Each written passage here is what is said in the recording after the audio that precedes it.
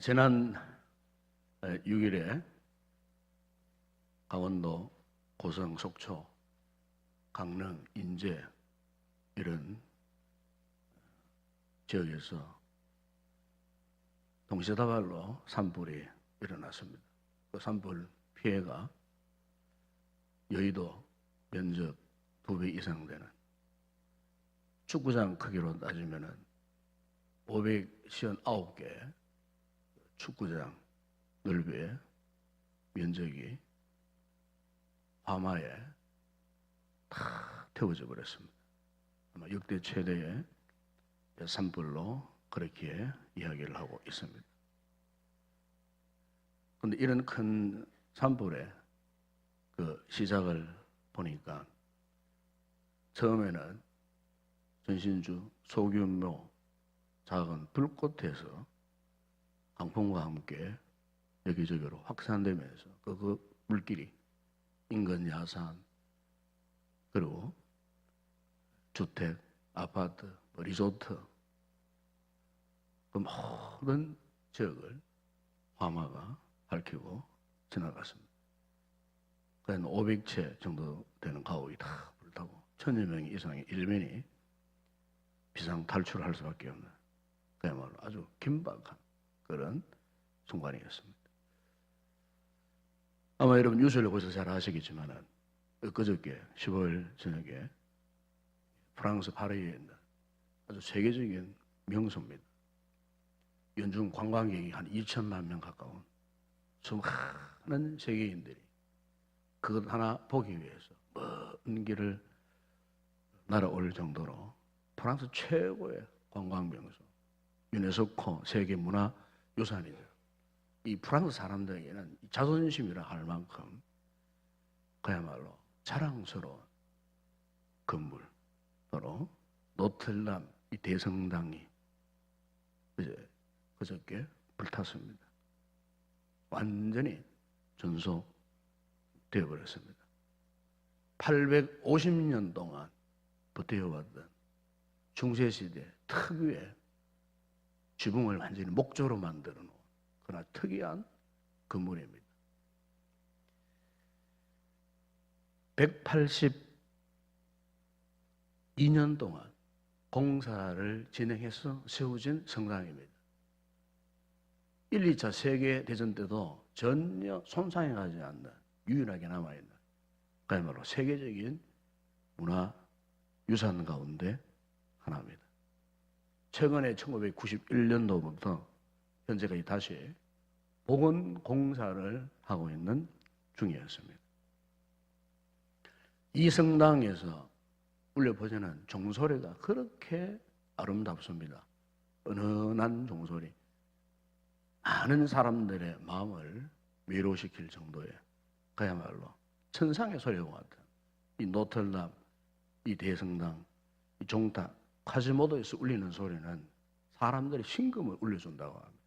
그것마저도 불타서 이제는 그 명성이 역사에서 사라져 버렸다고 하는 참으로 안타까운 모습이 아닐 수가 없습니다. 어떤 외신 보도에 보니까 이 화재의 시작이 아주 정확하게 밝혀진 건 아닙니다만은 휴대폰 충전기에서 발화가 시작되었다는 그런 이야기가 있습니다. 여러분 그렇습니다. 이 같은 모든 이 화재의 시작을 보면은 이처럼 처음부터 큰 불씨로 화재가 일어나는 경우는 드뭅니다. 대개 보면은 아주 작은 불씨 하나 때문에 나중에는 큰 불길로 확산되어져서 많은 것을 집어삼켜버리는 이런 참 불행한 모습을 우리가 보게 되는 것입니다.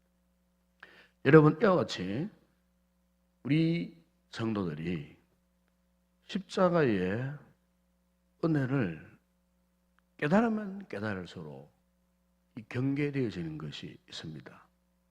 그것은 바로 이 죄의 문제입니다. 장만 불씨가 모든 것을 나중에 잡아 삼켜버리듯이 이 죄의 속성은 확장성이라고 하는 무서운 불길보다도 더 강력한 이 죄의 확장성을 가지고 있습니다. 아무리 작은 죄라고 하더라도 일단 그 죄 가운데 빠지면은, 나아지면은 걷잡을 수 없는 심각한 상태에 빠지게 되는 것입니다. 작은 불씨가 확산되어서 더 큰 불길을 일으키듯이 지극히 작은 이 죄 문제도 그냥 두면은요, 이 죄의 확장성 때문에 우리 인생을 그냥 집어삼켜 버립니다. 본래는 선한 사람이었는데 이 죄 문제를 방치하고서부터는 점점점 타락해져 갑니다. 나중에는 그 인격, 그의 삶, 육체, 그의 모든 삶까지도 이 죄악의 속성이 그냥 두지 않습니다. 화모와 같이 달들어서 우리 인생을 모조리 불태워버리고 멸망시켜버리는 것이 이 죄라는 것입니다. 그래서 예수님께서도 이 죄악의 무서운 속성에 대해서 경계하시면서 여러분, 요한복음 5장 14절에 보시면 이 베데스다 연못가에서 만난 38년 된 이 병자를 치료하시고 그를 다시 성전에서 만났을 때에 그 38년 된 병자에게 이런 경고의 말씀을 하셨습니다. 보라, 네가 나았으니 더 심한 것이 생기지 않게 다시는 죄를 범하지 마라. 다시는 죄를 범하지 마라. 여러분, 요한복음 8장 11절에 보시면 한 여인이 간음하다가 군중들에 의해 끌려서 이제 곧 돌에 맞아 죽기 일보 직전 구원받은 그 여인을 향하여 주님께서 말씀하셨습니다. 나도 너를 정죄하지 아니하노니 가서 다시는 죄를 범하지 마라. 복음서에 보시면은 항상 주님께서 이런 말씀하셨어요. 왜 주님께서 다시는 죄를 범하지 말라 그렇게 당부하셨을까요? 여러분, 죄는요 하나님이 가장 싫어하시는 겁니다. 왜요? 죄는 불이고 불법이고 불신앙이기 때문입니다. 이것은 하나님의 것이 아닙니다. 악한 원수마귀 사탄의 전유물입니다. 사탄이 가지고 노는 놀이개예요. 사탄이 우리 인생을 멸망시키기 위해서, 우리 영혼을 침탈하기 위해서 사용하는 도구가 바로 이 죄라는 것입니다.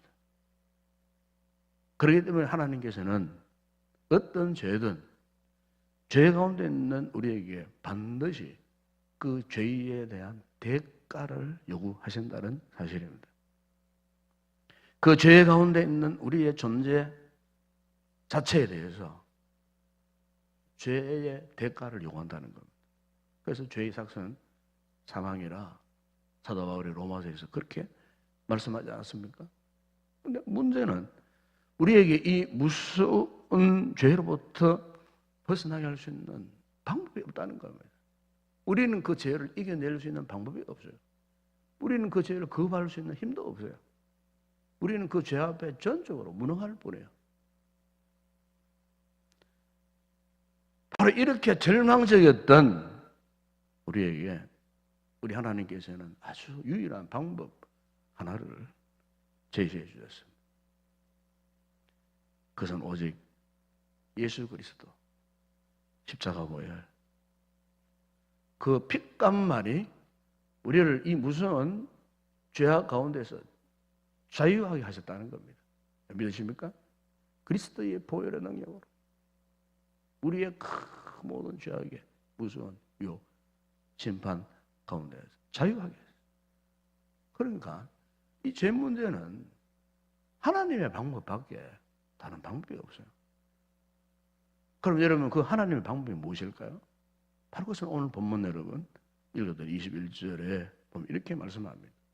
하나님이 죄를 알지도 못하신 이를 우리를 대신하여 죄로 삼으신 것은 우리로 하여금 그 안에서 하나님의 의가 되게 하려 하십니다. 여러분, 여기 보시면 하나님이 죄를 알지도 못하신 이를 우리를 대신하여 죄로 삼으셨다. 여러분 여기 우리를 대신하여 그랬어요. 우리를 대신하여 죄로 삼으셨다.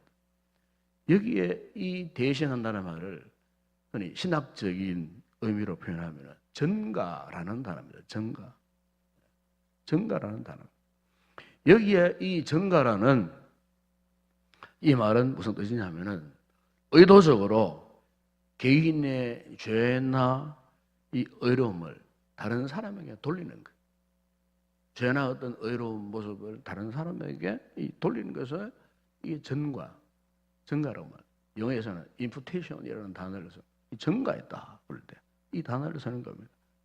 그러니까 하나님께서 예수 그리스도를 통해서 우리를 이 무서운 죄악에서 구원하실 때 이 같은 전가하는 방법을 사용하셨다는 거예요. 그래서 우리가 성경에 보게 되면은 하나님의 이 전가하시는 이 모습이 세 가지로 나타나요. 세 가지로 이 죄 문제에 대해서. 첫 번째 하나는 아담의 죄가 전가되어서 우리 또한 죄인이 되었다고 성경이 그렇게 말씀해요. 그러니까 우리가 이미 태중에서 모태에서 생명체로 잉태하는 그 순간부터 모든 인간은 죄인이 될 수밖에 없는 그 이유가 뭐냐면 인류의 이 대표였던 아담의 지은 죄가 우리 모두에게 전가된 거예요.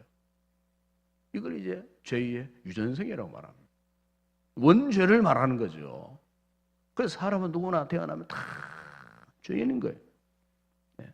죄인이 아닌 자가 없는 거예요. 이것은 마치 우리가 한 번씩 뭐 국가대표, 뭐 축구 경기를 보잖아요. 네? 일본 우리나라가 치열한 그런 참 설 넘치는 경기를 하잖아요. 경기를 하다가 우리가 져버렸어요. 져버리면은 운동 그 라운드 뛰어다녔던 운동 선수만이 안타까워하고 억울해하는 거 아니에요.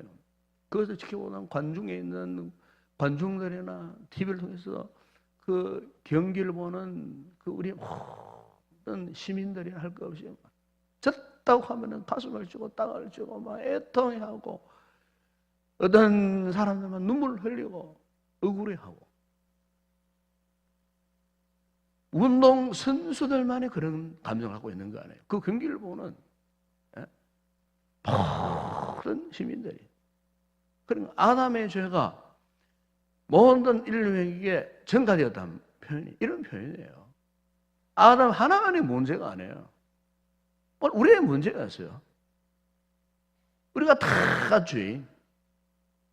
아담만 멸망의 자식이 된 것이 아니고 우리 또한 이 같은 멸망의 자식, 인류 공동체가 멸망의 자식이 되어버린 것. 이 죄의 전가를 말합니다. 죄의 전가. 그리고 또 하나 전가가 있어요. 그것은 하나님께서 그리스도의 이 구속을 통해서 우리의 죄를 이제요 누구에게요? 그리스도께, 예수님께 전가시켜 주셨다는 겁니다. 그러니까 하나님께서 우리의 이 죄를 용서해 주실 때에 그냥 하나님께서 그냥 눈 감아 주신 것 아니에요. 우리가 지은 죄로 우리에게 임할 그 무서운 형벌을 예수님께 전가시켜서 결국 그분의 희생을 통해서 우리의 죄를 용서하시려고 이 죄 문제를 그분께 전가시켰어요. 그리고 또 하나 중요한 전가가 있어요. 이렇게 십자가에서 우리의 죄를 용서하시고 구원해 주기 위해서 죽으신 그리스도의 그 놀라운 의로우심, 그 의로우심이 결국 그 사실을 믿는 자들, 오늘 우리에게 의를 선물로 주신 거예요. 이건 역시도 전가예요. 그래서 오늘 여러분 21절 하반절에 보시는 우리로 하여금 그 안에서 하나님의 의가 되게 하려 하심이라. 예수 그리스도의 십자가의 죽으심의 그 의의 놀라우신 모습을 통해서 오늘 그 사실을 믿는 십자가의 구속의 사건을 나를 위한 것으로 믿는 오늘 우리에게 의가 되게 하셨어요. 이것을 믿으면 의롭다 하심을 받고 의인이 되었다 하는 사실이에요. 그래서 여러분 유명한 종교학자 마틴 루터가 이 놀라운 하나님의 이 증거를 그는 이런 표현을 했어요. 이것은 위대한 교환이다. 위대한 The Great Exchange라고 말을 하면서 위대한 교환, 위대한 교환. 하나님께서 우리의 죄를 그리스도께 전가함으로 그리스도께서 우리의 죄를 십자가에서 구속하심으로 그분의 의를 우리에게 전가해 주시는 이 위대한 교환이 일어남으로써 우리를 의롭게 하셨다. 오늘 성경은 그렇게 우리에게 말씀을 하고 있습니다. 종종 이 정치권을 보면은 이 대통령에게 사면을 요청하는 경우가 있습니다. 얼마 전에도 전직 대통령을 사면해달라. 이제는 사면할 때가 되지 않았느냐. 야당권에서 그런 용어를 했습니다만. 그러나 엄밀히 말하면요, 이 정치인들이 사용하는 사면이라는 것은요, 어떤 면에서는 정의로움을 포기하는 것 같아요. 어떤 면은 굉장히 마음에 안 들어요. 왜 그러냐면은 분명히 그 사람이 죄가 있어 아직까지. 어떤 사람은 수천억을 해먹었어. 1년 지나니까 풀려나와요. 무전유죄, 유죄무죄라는 말이 있지 않습니까? 가난한 서민들은 돈 10만 원 사기치면은요 구속당하고 몇백만 원 빚 못 갚았다고 감옥 들어가고 힘 있는 사람은 수천억을 해먹어도 금방 풀려나오고 불공평하잖아요. 나라를 엉망진창으로 만들어 놔버린 그 중죄인을 몇 년 살다가 나오고 실수하여서 어쩔 수 없이 살인한 사람은 십수년을 살고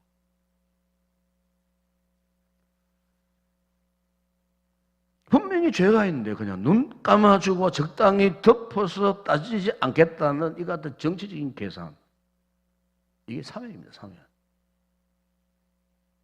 그러면 올바르지 않는 거죠. 그러나 여러분, 우리가 하나님으로부터 죄 용서를 받고 의롭게 된 것은 절대로 이 같은 사면 같은 것이 아니에요. 그냥 하나님께서 눈 감으시고 모른 척 하시고 적당히 죄를 덮어놓으신 그런 종류의 사면과는 질적으로 다르다 그 말입니다. 오히려 하나님께서는 철저하게 죄를 물으시는 분이에요. 그리고 그 죄에 대해서 철저하게 심판과 형벌을 내시는 하나님이시죠. 그래서 우리는 하나님을 두렵고 떨림으로 섬겨야 되는 이유가 여기에 있어요. 우리가 구약시대를 보면은 하나 예를 들면 사무엘하 24장에 보세요. 그가 거기 보면은 다윗이 통치 후반 지점에 그 갑자기 인구조사를 했어요. 그런데 이 인구조사 때문에 이스라엘 백성들이 하나님의 큰 심판을 받은 장면이 거기에 나옵니다. 이 다윗이 이미 앞서서 우리아의 아내 바세바 사건을 통하고 이미 그 범죄로 그가요 이미 하나님 앞에 심판을 받았어요. 물론 그 회개하고 용서함 받았지만은 그러나 그 죄를 진 이후에 그의 요가 젖어서 벽엔잎이 젖어가지고 그 뼈가 피골이 상접할 정도로 무서운 고통, 그 불의의 씨앗이 죽는 무서운 슬픔, 아픔, 그거 다 죄에 대한 형벌, 하나님의 심판이거든요.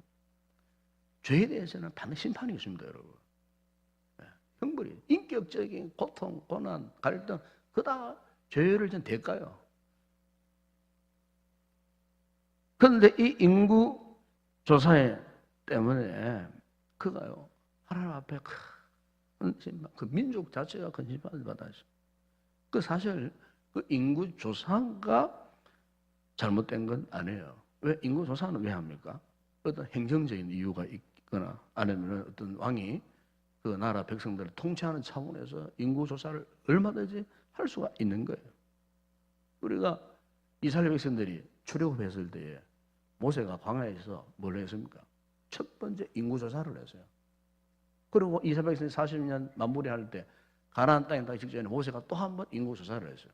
모세도 2번이나 인구 조사를 했어요. 그러나 모세가 한 인구 조사에 대해서는 하나님께서 아무런 말씀도 하지 않으셨어요. 그러나 하나님께서 다윗이 한 인구 조사에 대해서 하나님이 진노하셨어요. 그 본문에 보시면 무섭게 진노하셨어요. 그리고 심판하셨어요. 왜냐하면 다윗의 인구조사 의도가 하나님 앞에 합당치 않았기 때문에. 무슨 말이냐면 하나님을 신뢰하기보다도 자신이 가지고 있는 무력을, 자신의 힘을 신뢰하려 했던 이 불순종 때문에 하나님께서 다윗을 심판하신 거예요. 여러분 사무엘하 24장 10절에 보시면은 이렇게 말씀합니다. 다윗이 백성을 조사한 후에 그의 마음에 자책하고 다윗이 여호와께 아뢰되 내가 이 일을 행함으로 큰 죄를 범하였나이다. 여호와여 이제 간구하옵나니 종의 죄를 사하여 주옵소서. 내가 심히 미련하게 행하였나이다. 이 다윗이 이것이 하나님 앞에 득장한 걸 알고 회개했어요. 그런데 이렇게 회개하는 다윗에 대해서 하나님 용서하셨느냐? 용서하지 않으시고요. 갓 선지자를 보내시면서 3가지 하나님의 그 심판 가운데 하나를 네가 선택해라. 먼저 하나는 그 땅에 내가 기근을 7년 동안 내리게. 그 다음에 내가 너로 하여금 원수에 쫓겨서 3달 동안 도망가는 심판을 하게. 그럼 마지막 하나는 뭡니까? 그 땅에 내가 4월 동안 전염병이 있도록 하게. 이 3가지 가운데 하나를 선택해라. 그럼 하나님께서 다윗이 범한 이 죄에 대해서 대가에 대해서 3가지 가운데 하나를 선택해라. 그렇게 말씀하셨어요. 다윗이 뭘 선택했습니까? 그 땅에 3일 동안 전염병이 내리는 그걸 선택을 했어요. 그 결과 여러분 3일 만에요. 이스라엘 공동체 가운데 7만 명이 죽습니다. 몇 년 전에 우리나라에 메르스가 창궐했을 때요. 사람이 수백 명이 사실은 병들로 죽었지 않습니까? 나라가 야단도 없었게 했어요. 총체적인 위기를 당했던 모습을 볼 수 있습니다. 몇십 명, 몇백 명 병들고 죽어도 그렇게 난리였는데요. 3일 만에 보세요. 7만 명이 전염병으로 죽어서니까 비교가 안 되는 거예요. 무시무시한 하나님의 심판이 그 땅에 내려진 거예요.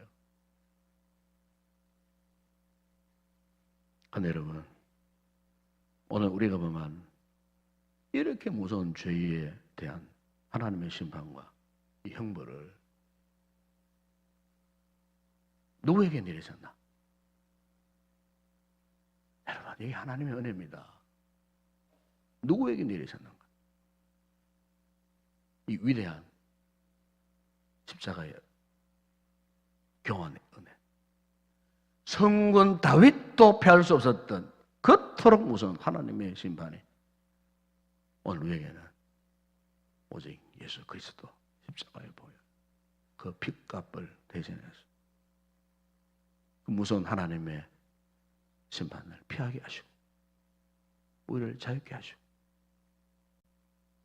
우리를 대신해서 예수님께서 대신 그 죄의 대가를 받으셨다는 사실이에요.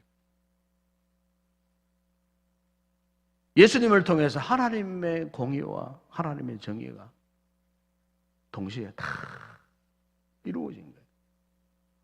그래서 주님께서 마지막 십자가에 죽으실 때 다 이루었다. 예수님께서 우리가 받아야 할 하나님의 이 공의의 심판을 대신 받으시고 우리에게는 그 하나님의 말로 형용할 수 없는 그 사랑을 물붓듯 하시고 그 십자가의 은혜를 믿는 오늘 우리들 지금까지도 그 사랑이 강건하여 우리를 붙들어 주시고 여러분 우리가요 정말 이 은혜를 다시 기억해야 돼요. 여러분 대충 예수 믿지 마세요. 대충 신앙 고백하지 마시고 대충 교회 섬기지 마시고 대충 믿는 척 하지 마시고요.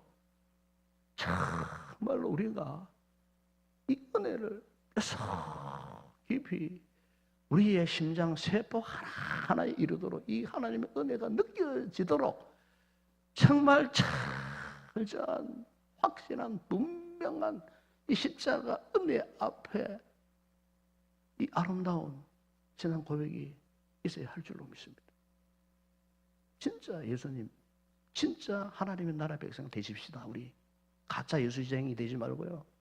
진짜 그리스도의 이 은혜 너무 감사해서 주님, 내 가진 모든 것 주를 위해서 내가 통째로 맡기고 드리고 싶습니다. 내 인생도 내 젊음도 이 십자가 앞에서 내가 다 주님께 드리고 싶습니다.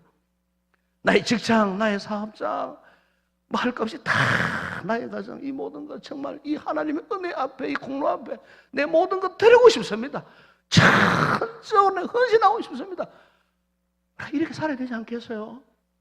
왜 이 은혜 저버리고 이 은혜 망각해버리고 불순종하고 죄 짓고 점점 왜 우리 하나님과 은혜와 멀어지고 있나 그 말이에요. 이 은혜 이 사랑 기억하면은 그 앞에 매일처럼 엎드리고 눈물 흘리고 하나님 앞에 영광 돌리고 찬송하고 강물깨 시원찮은데 예배당 문만 벗어나면은 다 또 잊어버리고 없는 것처럼 무의로 돌아가 버려요.